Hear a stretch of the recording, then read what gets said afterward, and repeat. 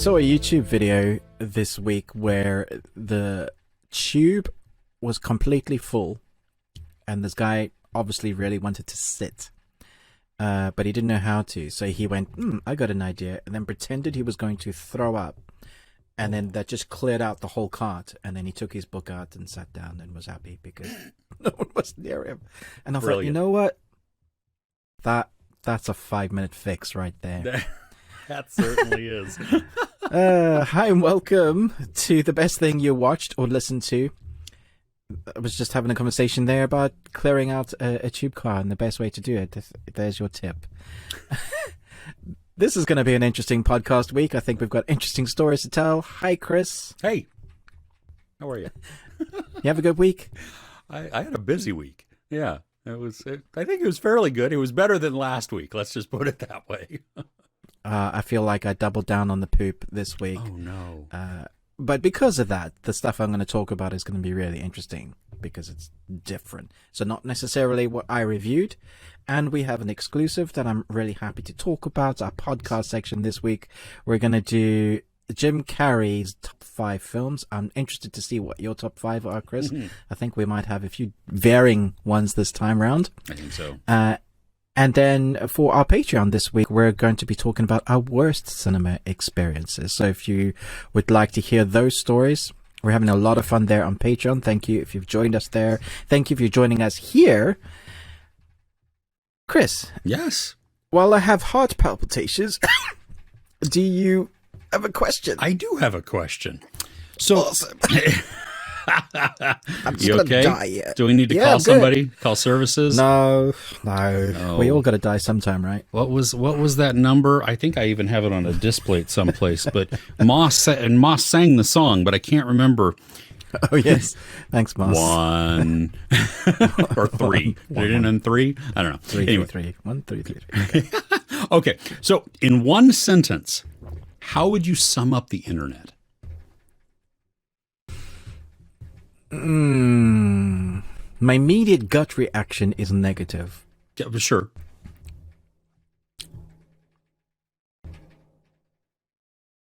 Isolating.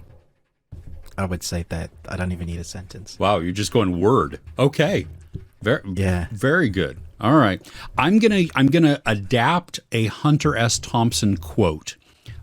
Because when I worked in radio, we had adapted it from the music industry, what he said about the music industry, about radio, and it was totally true. But now I'm going to use it for the internet, and it is more than one sentence, but that's okay. So the internet is a cruel and shallow money trench, a long plastic hallway where thieves and pimps run free, and good men die like dogs. There's also a negative side. Wow. Yeah, we both went dark. Yeah, okay. Yeah. You know, and I think like anything, you know what I mean? The internet is, can be a spectacular thing, can be a wonderful tool. I mean, think about it. You know what I mean? Like, I don't know about you, but I have the IMDb app on my phone, and that is a constant go-to. Just when I, have the brain fart or want to see something or whatever. And so to have that knowledge right there, or to have Google. I mean, good grief, what is this? I would like to know. Like last night, my wife and I were talking about capybaras, and then we looked up the quokkas. I don't know how the stupid little animals that are like always smiling and selfies and stuff like that. We couldn't have done that pre-internet. So that is the wonderful thing about that we have all of this knowledge right there, and then you have everything that's poo. And it brings out the worst in people a lot of the time, and you have the keyboard warriors. There's a small warriors fraction of good. I think I do really believe that there's less good, that it doesn't balance. Yeah. And I, on my Facebook, I continually hide or unfollow things. And so basically what my feed is, my news, is mostly memes. That's really all I ever see. And it just makes me happy. You know what I mean? Like my doom scroll becomes a smile scroll. And so there. Oh, goodness. All right. So should we talk about some of the best things we watched this week? Yeah. Okay. Do you want to start this week? Sure. Okay. You know what? I think this will play in nicely with both of our last weeks of poo, and then maybe even helpfully give a smile to you for your current week of poo. But awesome. So last week it was just disappointment after disappointment after disappointment. And I went in this movie and I actually didn't even end up reviewing it. And I probably will at some point, maybe. I don't know. It doesn't really matter. But I needed a win. And I had just, and when I watched it, I had high hopes, and then it was just not good either. And so by Saturday night of last week, Saturday night, maybe Sunday night, it doesn't matter. My wife was also in that because she is taken along with the ride of poo. You know what I mean? Like I'm watching it and she's held captive and she's like, seriously, one more and she's like, I just want to watch something funny. I want to laugh. And I'm like, okay. And so we're going through, I am looking through, because, we have all kinds of subscriptions. And so I'm going through just tons of different apps to see, well, what are we going to watch on this? Is there anything in here? Do we want to watch something we've seen?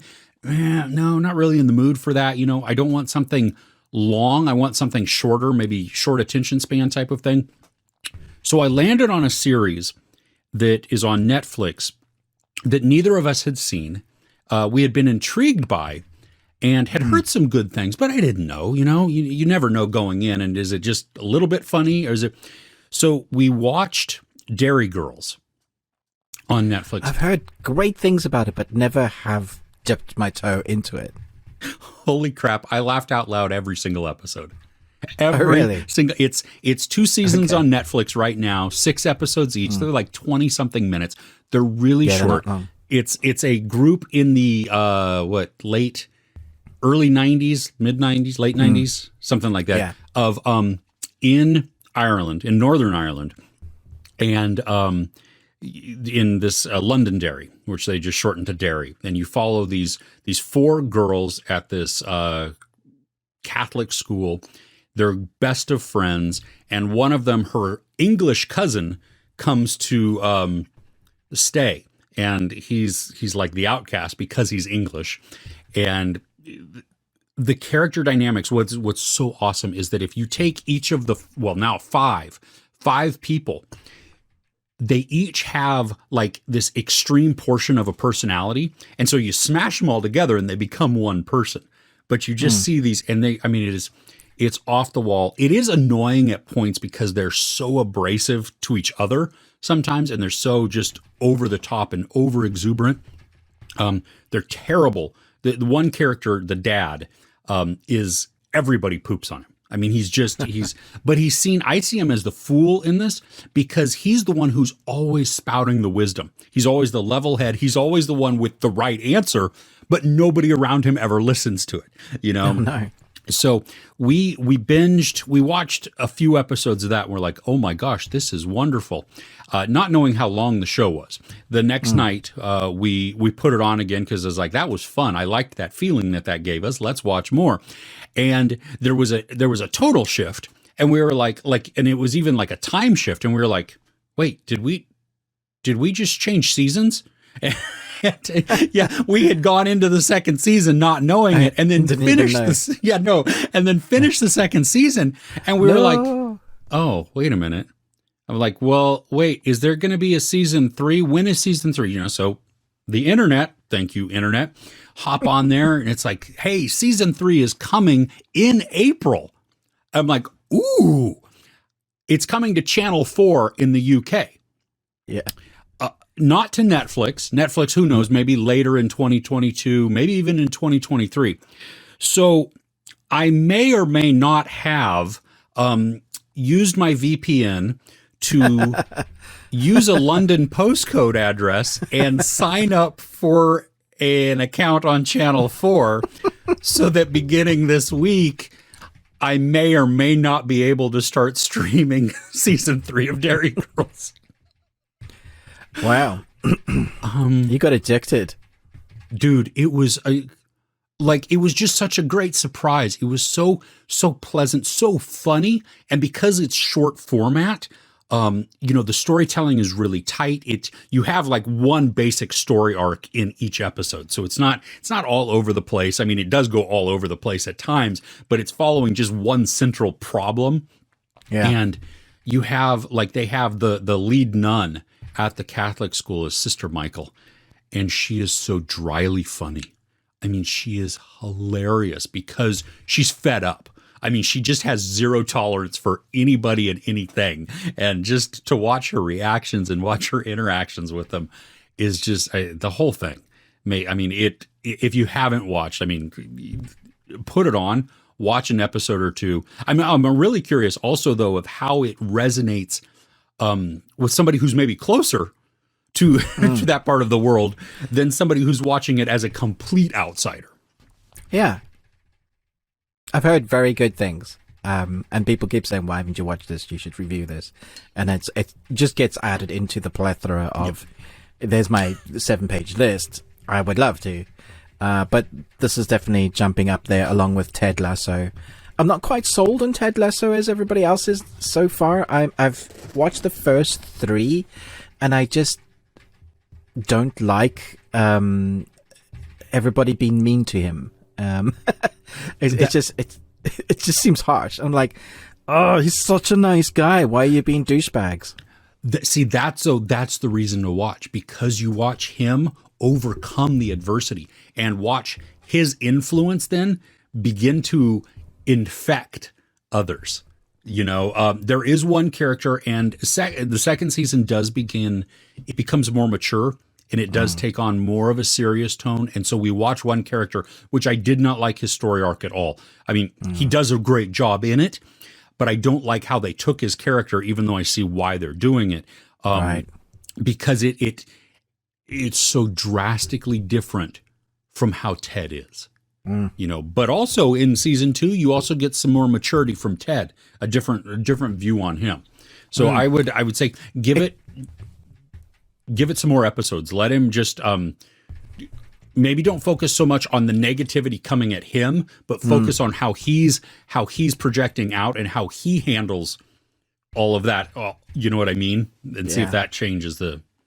I love the premise. The premise is excellent, but it's not what I thought it was going to be. I initially thought he was going to be this brilliant football coach that had all these amazing plays, and he was going to take American football plays and put that into soccer or football here in the UK.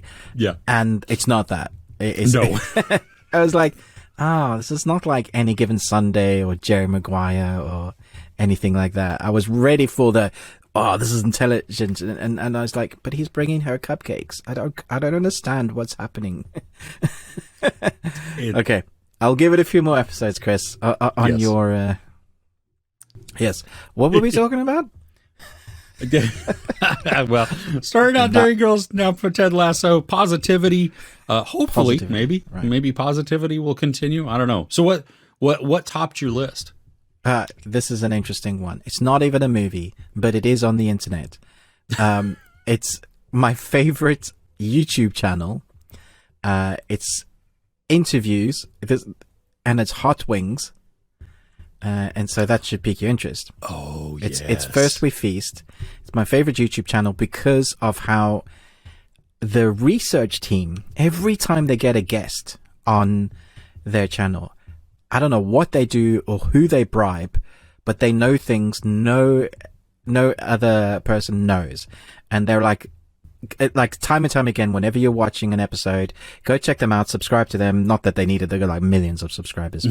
But the formula of it is the hottest hot wings, and they change them up with different sauces every season. They have a season of where they change the sauces. One day it's called the bomb. Everybody hates it. It doesn't taste nice, and it's just fire, and you're probably going to have the worst stomach the next day forever.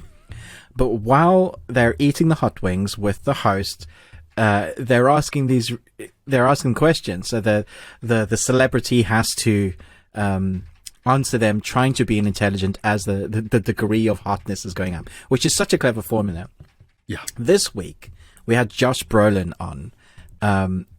For those who don't know, Thanos or Dune, and he was just so funny. And if you've ever wanted to see somebody kick Hot Wings ass, this is the dude to watch it with.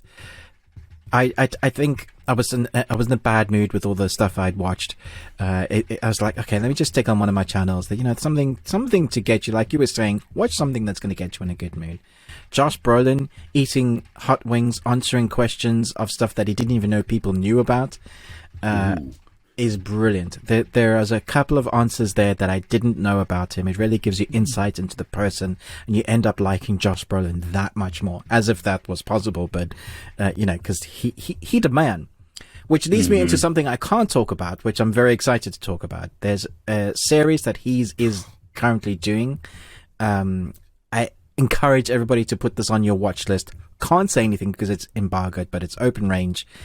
It's a sci-fi western that is bonkers, and that's literally all I'm going to say about that. I'm not even going to do a synopsis. I'm not going to tell you. Don't watch a trailer. I think you'll lose something. Can I comment on that though? Because I got the screeners for it. Like Amazon sent them to me. I didn't ask for it. I didn't know what it was about. Nice. And when I went to the theater this week, they played a trailer for it. No. And so this is no. This was my first time. Like I had zero clue what it was. Okay, you know, and okay. I got to tell you, it for me. Like, you know, normally I stay away from a lot of trailers as much as I can. This one helped. It was, I mean, it didn't, like, I wasn't averse to seeing the series. I just had zero clue. Like, I wasn't excited about it. I was just kind of like, oh, well, it's something I'm going to check out. Yeah. I think we're going to have a lot of fun talking about this one. Yeah. I hope so, because, I haven't started watching it yet. Okay. But that's on my early this week is when I'm going to start watching that. So I'm so excited. Without doing spoilers or talking about the show itself, I think it's going to be one of those where people are going to talk about it, whether you like it or hate it or have issues with it. It's going to be the first time people started watching The Matrix or Jake Gyllenhaal's stupid, why are you wearing that Superman suit, Donnie Darko. It's that sort of, it brings up that sort of, what the hell am I watching? What is this? Yeah. What just happened? It's that. And I love the idea of sci-fi and Western. It's not something people often do. And then it's Josh Brolin. And it's not just that. The cast around this show, incredible. So. It's got Imogen Poots. Yes. I love saying her name. Such a great name, isn't it? Imogen Poots. So good. Yeah. My top favorite thing that I watched this week was an interview on what is it called? Yes. First We Feast. Hot Ones. The channel's First We Feast, right? Yeah. It's 24 trending, so they're doing all right. Oh, yeah. Nice. But yeah, that's always a great series to watch. I love spicy food, so I'm always like, I would love to be on that. I don't care what they ask me. And then I play in my head, I'm like, how long could I go without having to drink milk? Because I don't like milk. Oh, no, I'd die, Chris. I would actually die. They would send me to hospital. Because you don't like spicy food too much, right? No, I like spicy food. My stomach doesn't. Yeah. Oh, okay. See, my stomach loves spicy food. My tongue and my mouth love spicy food. Right. And so I just would like, how, at what point would I die? And would I die on a hill, like out of principle, to not drink milk? To just be like, yeah, bring it on. You're not going to drink milk until I drink milk? Your head's going to explode. I mean, if I was home and I knew the next day I didn't have to go anywhere. Oh, sure. That could be a fun experiment to see. We could ask each other questions, have some hot ones, and see what happens. I see a future episode of either this podcast or maybe a Patreon thing coming, because you can buy. They do this isn't an ad. This is just something I saw that a friend of mine who does a YouTube channel had bought one. They do a pack that you can buy, a Hot Ones pack. Yeah. And so that would be interesting for both of us to get. So we have the exact same sauces because that's important, you know. And, I swear I won't swap them out. Under the table.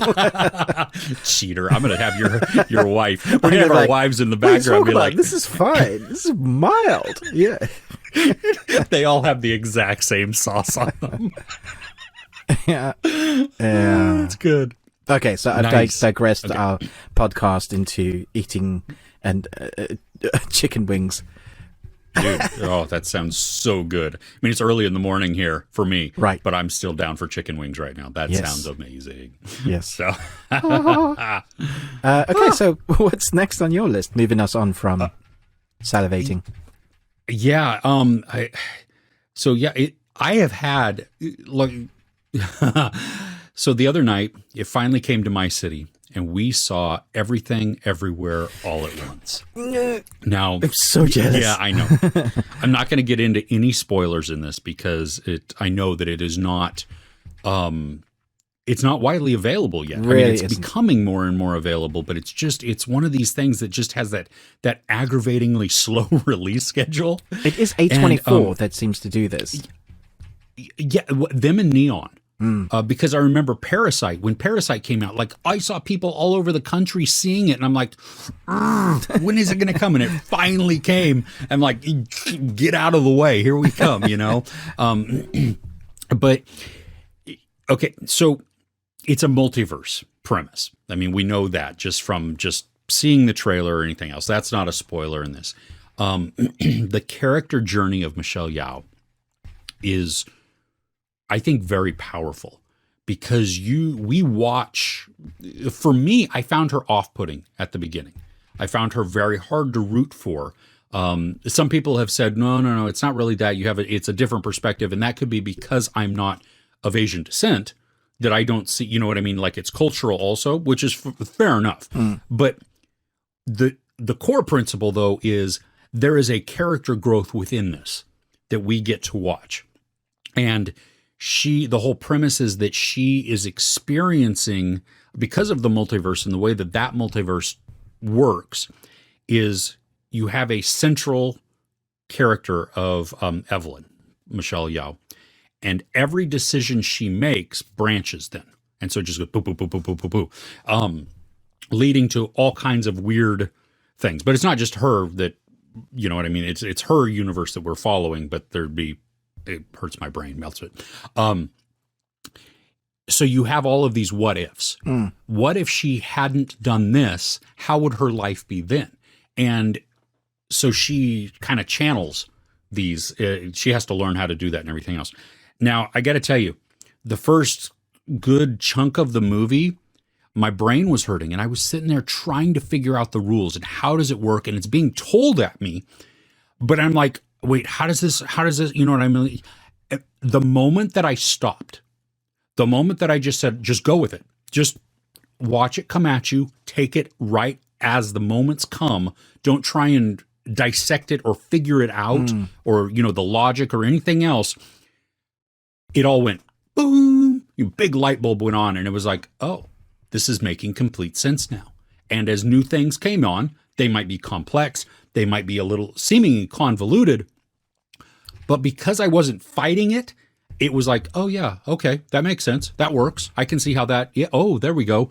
And so you have, I think that's the biggest thing, that if you go in like, oh, I'm going to try and figure out this multiverse or understand how this works, you might get lost, you know, or you might not like it as much. The cast is phenomenal. Ki Hui Kwan, I think that's how you pronounce his name. And he was, you know, he's Short Round in Temple of Doom. He's Data in Goonies. As an adult actor, he's phenomenal in this. He gets a scene, well, actually quite a few sequences, where he really gets to shine outside of a different way that we see him. Jaw was on the floor. I was like, oh. This movie takes sci-fi, takes drama, takes martial arts, takes comedy, and smashes them all together. And it all works. I utterly blown away. I mean, it's a long movie. It's 2 hours and 19 minutes. Never bored, just eating it all up. There are portions that, let me just say, that feature a rock. Okay. We laughed out loud. And yet there's an emotional gut punch to it also. Makes no sense.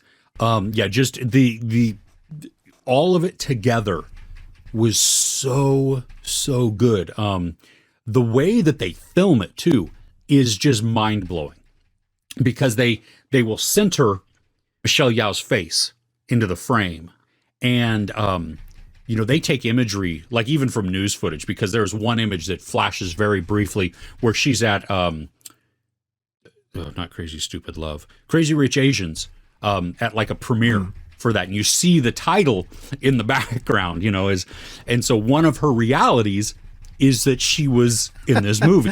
Oh, wow. Okay. Yeah, no, and so they allow it, just the way that they incorporate this. I mean, it's brilliant, and it gives me. It was worrying me a little bit, honestly, when we have Doctor Strange 2 coming out, we have this multiverse movie. There's, we had Loki. I mean, I don't want this to become the new 3D. You know what I mean? Like everybody decides that, hey, we're just going to do a multiverse thing because we can make it crazy or extreme or whatever. And like, it seems like a crutch. And if you're not doing it well, then you just ruin it and put a bad taste in your mouth. And they kill it. So good. Yeah. Okay. Two kind of questions. When you're a critic, or certain people have minds that just analyze and do critical analysis. So when you're watching something, you immediately asking yourself, how did they get there? How do they do that? And you mentioned that a little bit earlier on when you were talking about how you were like asking yourself these questions. But what does that mean? How did they get there? And then you were able to switch your brain off. Was that easy to do? Yes, because it wasn't so much on like the logic of character movements or character progressions. It was truly like how does person A figure out how to do this where there's person B, C, and D? You know what I mean? It was more of the mechanics that I was trying to figure out, like how the multiverse itself worked. And so it wasn't like I didn't shut my brain off, just shut it off. It was just more of, I need to stop trying to figure out how they're making it work so that I can take it all in context. And then with all of that context, it makes complete sense. And it tells me how it all works. And then I understand it. Okay. Is that? Yeah. Yeah. And a second question is, and I think for most people, because of when you mention Michelle Yeoh, your thought process will be Crouching Tiger, Hidden Dragon, probably if you're from that age demographic, and you'll link her to martial arts, unless you've seen recent films like Love Hard or something, which is in like The Shopkeeper. She was excellent in that, I think. Was that her in Love Hard? Love Hard? No. Netflix film? No, it was the other one. The with Emilia Clarke, right? Yes, that one. Yeah. That's not Love Hard, okay. But yes, I know. So you know the one. I know what movie you're talking about. Yeah. But for the most part, people will think martial arts, Michelle Yeoh. Yes. And that has been her career. And I do wonder if that was something to do with Hollywood and culture, who she is, therefore she must do martial arts. It just so happens that she has incredible talent when it comes to that and acting, which is great. Is there good martial arts in this? And how much does it play a part for those people that are like, or is martial arts not the thing? It's just the thing in it. If you martial arts is not the central focus, right? But if you want martial arts, there are some spectacular scenes. And really long sequences and fight. Oh yeah, no, and not just with Michelle Yeoh. That's the other thing. Really? That, okay. I mean, there is a point where no, I'm not even gonna get into it. Okay, it's no. I'm sold, man. I want this in my eyeballs. We'll have to do a spoiler talk when I've seen this. Oh my goodness, yes, because this is the thing that it works too. Within when they mash up all the genres, you're getting it like almost simultaneously. You know what I mean? So maybe within a martial arts sequence, you'll get some extreme comedy within that too. Nice. And totally works which not all the time. Like when I hear it in my head, I'm like, that sounds cheesy. It's tough to do. Like it could go stupid, and yet it doesn't, and still carrying this massive emotional weight all the way through it too. Wow. So okay. Yeah. Can't wait. Cool. Okay, so now for one that am I okay to move us on? Yes, please do. Okay, cool. So now for a Shudder original horror film that is coming out fairly soon, and I've checked my email, I've checked the actual description. There is nothing there about an embargo.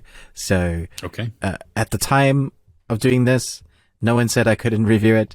I haven't put it on, I haven't put it on my channel, so this is an exclusive for us both, and I haven't seen many reviews done by this one. So the film is called Virus 32. It's a rapid spreading virus which transforms people into intelligent, ultraviolet, extra fast zombie hunters. After each wave of attack by the monsters, they're left incapacitated for 32 seconds while they recover their strength. Now, this was a very interesting premise. It takes the zombie genre of the fast-paced zombies that we've had a lot of, and then turns that on its head. So you have that intense violence. Once they've done an intense violence moment, there's a 32-second reprieve as they kind of reassociate what they're meant to be. It is only $1.5 million budget, so it's an indie horror film. And the thing about that makes this film work is location, because it's not an English film. And the location is a club where our protagonist is a security guard, although she's not really a security guard. She's just there. They're trying to look after the premise, not to have it go down and let like druggies come and use it as their base. And so you have a security guard on the street in these little kind of place where, people come past and like, no, you can't come in here, there's a private property. And then there's one inside just in case somebody does come in, and she has a daughter. Bring your child to work date, not really allowed in there, but she sneaks her in. She's got a broken marriage, and this is where the zombie apocalypse starts. It sets the tone. Now the location for this is incredible. It's the sort of thing like if you go into a warehouse and there's this colored glass that's kind of broken and lets sun rays in, but each sun ray is like a different color because of the colored glass. Ooh. It's that sort of aesthetic, and it's just empty rooms as well. And in amongst that, you'll have a couple of people interact with the zombies and see what different laws, what's the law in here. Now, it doesn't work all of the time because it is low budget, but the actors do a good enough job to keep you really entertained with the really unique premise of location, and a 32-second reprieve of the horror. And so there's sometimes I'm like, yeah, but why didn't she, and how did she, once you do push that aside, it's a zombie movie. It's like, okay, yeah. Then I was like, wow, this is different. I didn't think we could do any more different with zombies, but apparently we can. So is it the zombies have a 32-second recovery period? Is that what that is? Or like, yeah, so yeah.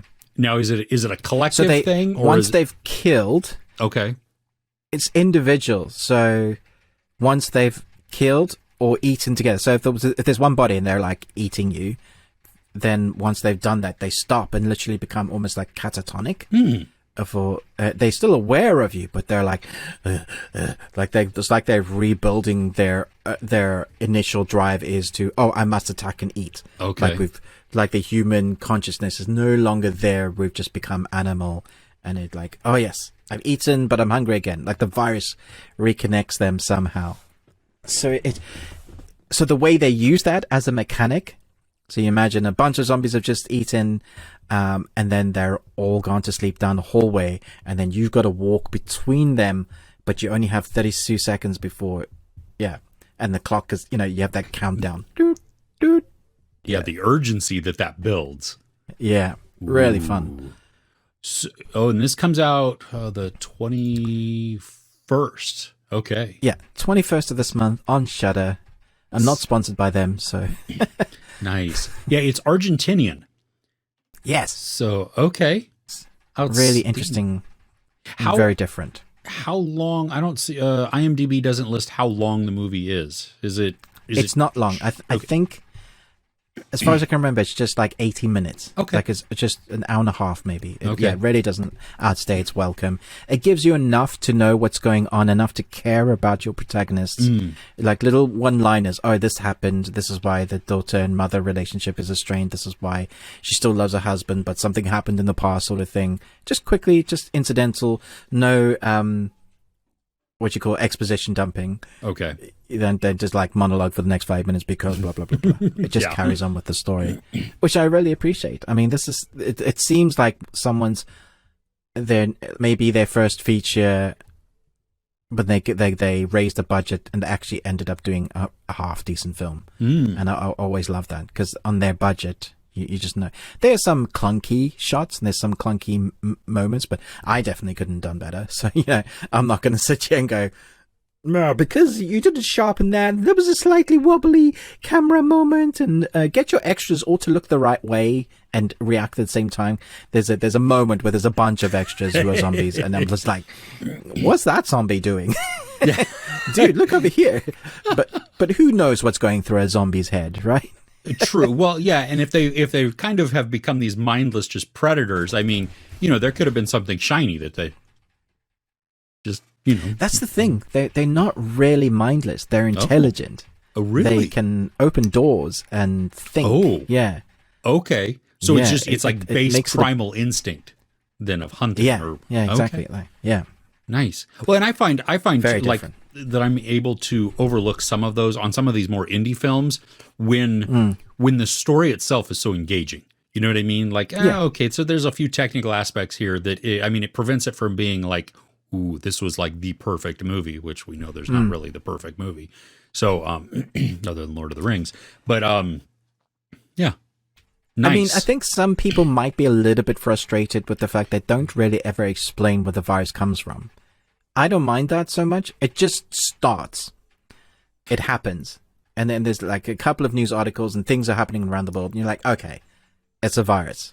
One of those types of things. Yeah, I think for that's a lot of the time the only thing you need. If the search isn't for the cure, you know what I mean? If this is just the survival type of movie, then really the true beginning of it or how it all came about, I think becomes less important. And if you can answer it with like a quick little news clip, or you see that it's breaking out at the same time all over the world and it's just a mutated virus or something like that. Okay. Yeah.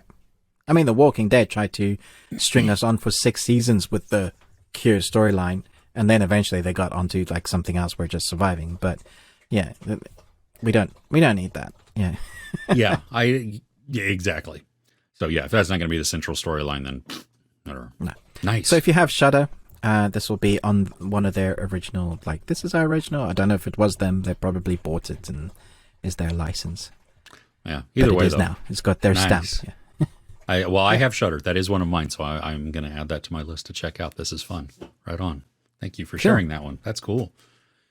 Okay, my last thing on my list. The Severance season finale. Holy crap! Hey, I saw you drop that review for that. Oh my gosh! Now you've seen the series, right? Did you watch the whole series? Yeah. Okay, so I watched it weekly. Well, I came late to the party, and then I binged like 3 or 4 episodes all at once. And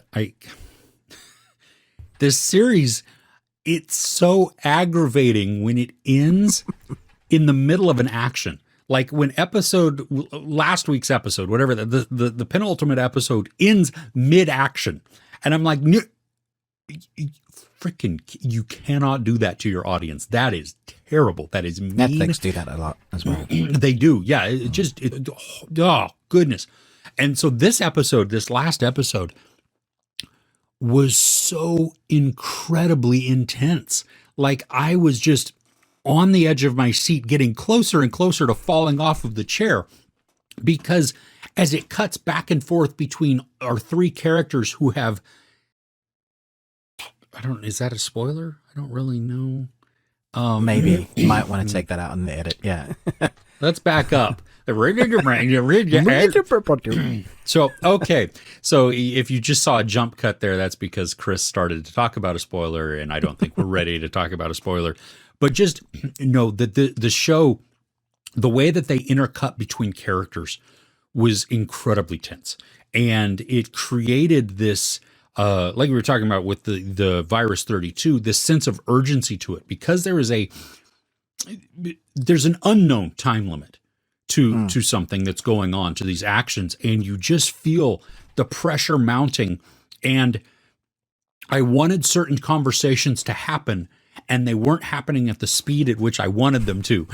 And it's like, and that's not a criticism. That was because it was just, I was fully invested, completely enthralled in everything, and I love, in this instance, I love that it was told before that, before this episode aired, that Apple had renewed it for a second season. Yes, I was going to say, it's renewed. That helps. That did help because, because when it ends, it's kind of where I want it to be, and yet you really want the answer. Yeah, I really want some answers, and I wanted. There's so much that's going on within this, and just the last line that the episode ends on, I'm like, whoa. I mean, I'm happy. Here's the thing: I really hope that it is properly mapped out. It's not doing a Lost where they've written it and they have an idea, but they actually haven't written the next 2, 3, 4 seasons. Because if they're just stringing us along with the ethereal, we don't actually know what's happening, but we have an idea, that's going to piss me off. Because it's so creative, and you're always asking yourself, but what does that mean? Wait a minute, that person actually knows? Oh, they've been a part of it the whole time? And then, but how do they, because of the loop, I'm constantly asking myself, but how did they... That is my brain when I'm in and out this. And so I want to know the answers. Creatively, spectacularly shot. Like, it's beautiful. All the angles, everything seems to mean something, which it does. Yeah. But it is aggravating. So my fear is that, like, have they written it? I hope they have too, because that is a huge fear also. And I have questions still about it because I like some of the rules. And some of the character motivations, loosey-goosey. I'm a little curious on. Like, maybe just take Patricia Arquette's character for one. Like, all of it except for the last couple episodes makes a lot of sense. And then we see some of her actions where I'm like, but I always this has happened. Well, they allude to it, because this has happened, and this is the effect on you. But now you're doing this, and that seems to contradict some of your. I don't know. I mean, if you're listening on the podcast, we're doing a lot of actions and because we're navigating the spoiler territory, which would be easy to spoil because of the nature of the show. At the same time, you'll probably be confused and go, huh? So that's what's happening. I do wonder though sometimes, and I don't know if you wondered this also, but is it a commentary on religion at some point within the show? I mean, it's definitely cult-like status, so for sure. Yeah. It's because there's portions that it dives into within the storyline that I'm like, I don't really know what you're trying to say within this. I mean, I can get pieces of it and I could bend it to say that, well, yes, this is what you're talking about, but I'm not sure that's actually what it's, like what that it's, and an its evil pyramid scheme, maybe Scientology. Yeah. I mean, it could be all that. And it could just be as simple as, well, maybe it's corporate greed or, I don't know. Explain some of the stuff, Chris. No, it doesn't. It doesn't.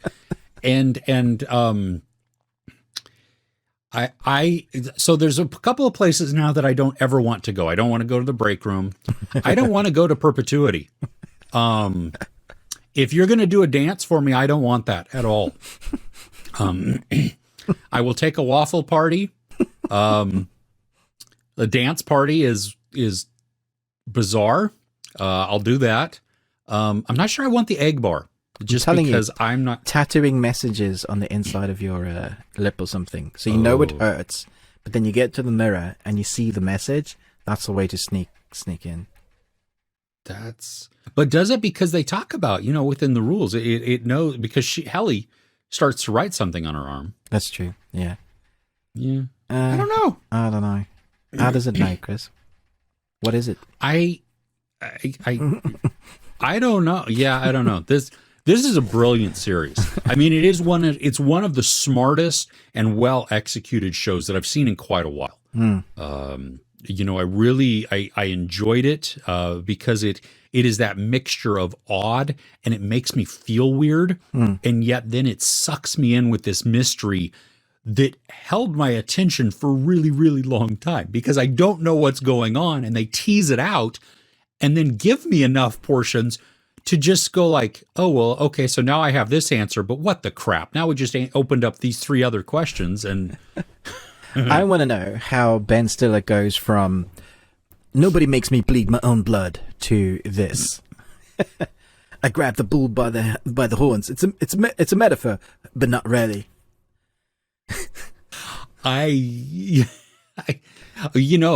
Comics have some darkness in them. Yeah, I guess that. Yeah, and so really do, that's, I think, because this is also, this show is wildly funny in a subdued, in a very and non-traditional way. It creeps me out, the comedy. Yeah. Yeah.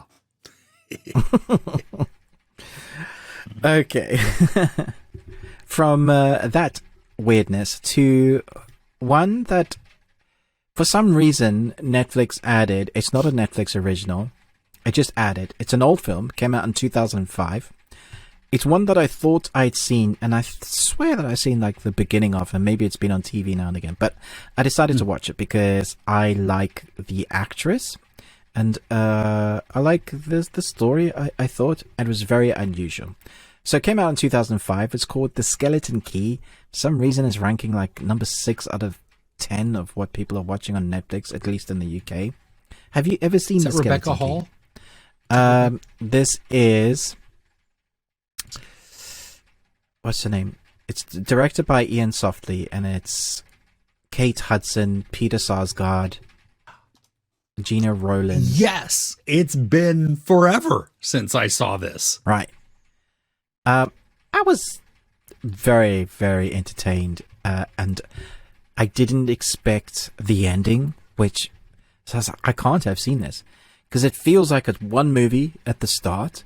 You feel like it's a haunting house story. It's called The Skeleton Key. You understand very quickly that she, our main protagonist, has to look after this guy that's had a stroke, who is John Hurt, I believe.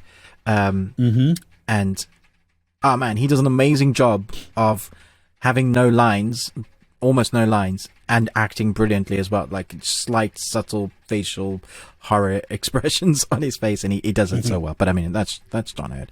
I was a little bit sad to see him, because obviously he's sadly passed away now, but great to see him. But yeah, so we have our main protagonist who gets given the skeleton key, and then there's really, really creepy house. And the reason why it's a skeleton key is because it's the skeleton key. She can open every door. And as the film goes along, you're like, okay, this film's got a big hoodoo history attached to the house rather than voodoo, hoodoo, which is a very religious take on the voodoo. And once you find out about the house, you're like, wow, yeah, that's horrific. No wonder there's like creepy crawlies going around there. But then there was a Denzel Washington film that this reminds me a lot of, and I don't want to mention it because then if you haven't seen the film, then it really spoils it for you. But where this goes, it was one of the first times I thought, wow, you're brave. You did that with the ending. Very, very cool. Do you know what I'm talking about? Can I spoil it since it's 2005? Well, I mean, it's really old. I mean, I think you can, I don't know. Do you want to spoil? Is it worth like holding on to? No, it's a really good ending. Okay. Yeah. Then if you haven't seen it, don't spoil it for yourself. Well, I've seen it and I don't remember the movie.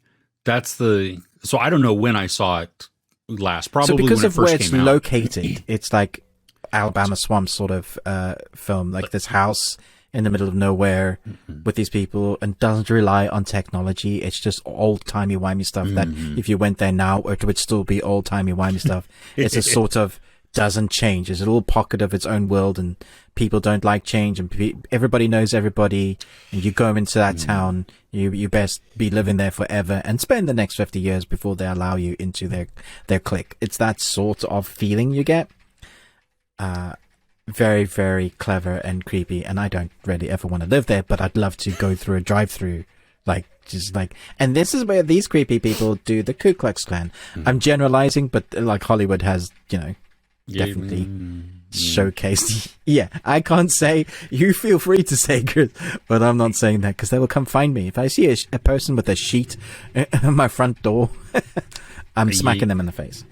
Yeah. Well, there's large portions of the country that I don't ever want to go to. I've been to New Orleans, and but down into the swamps, even just take away the swamp people, just the creatures and the bugs and that is creepy in and of itself. You know, and then you add hoodoo. Yeah, there's hoodoo, that voodoo that you do. Yeah. yeah. I'm gonna have to watch this again. I don't know if it's on Netflix in the US. Right. It might be. It's on Stars in the US. Right. It's really entertaining. It's just like, why haven't I watched this more? It could be on my return list. Really interesting thriller, thought provoking. I'm not sure everybody will like it, because I used to be of a certain mindset. A film needs to do this at the end, and this film doesn't do this at the end. And I can't say what it is, because it's. Does it kind of upend your expectations? Yeah, it was great. I was I wasn't expecting it. It was good. It was like, that's brave. Great. Well, and I think that's a good thing. Like, I don't know if you ever saw Funny Games, especially the original, the German version, not the American remake, even though it's by the same director. But that ending is kind of a risky ending for that movie, because they follow certain rules of movie making with visual clues and everything else, and then they break them along the way. And so it was one of the first movies that I remember, at least the one that sticks in my mind, of you've taken an ending and you've done something completely unexpected with that. And people may not like that. I happen to enjoy it, but okay. Yeah, so I thought that would be a good one to kind of flag up. Some people might not even heard of this or seen it. Yeah. And even if you had, it might be 20 years since you've seen it. Yeah, it's been forever since I've seen this. So I'm going to add this one along with Virus 32 to my list. Woo! Nice. Outstanding. Nice. All right, that's me done on the best things I watched. Okay, well, yeah, that's me on the best things I've watched too. So what were some of the best things that you watched this week? Let us know in the comments below. You can always tweet at us at Best We Watched. Please, if you want the full audio where we talk about extended things, like this week we're going to be doing our top 5 Jim Carrey movies, but also just some entertainment news, some of the upcoming series and films that are going to be releasing in the next week. All of that is available in the audio only portion of the podcast, and that is available pretty much wherever you listen to podcasts. If you are listening on the podcast, please rate and review us there. If you've never checked us out, head over to one of those and give us a listen. It's great for when you're driving around doing errands or road trip or whatever. We do that too. Yeah. Yeah, absolutely. So, okay. Hey, you know what? Don't forget also check out our Patreon at patreon.com/thebeardedones, because Ruben and I have beards. That's why. Clever. Huh. So, all right. Yeah. This is the best thing we watched. The best thing we watched this week. That's what it's called. But yeah, again, let us know what's the best thing you watched, and we'll see you all next week.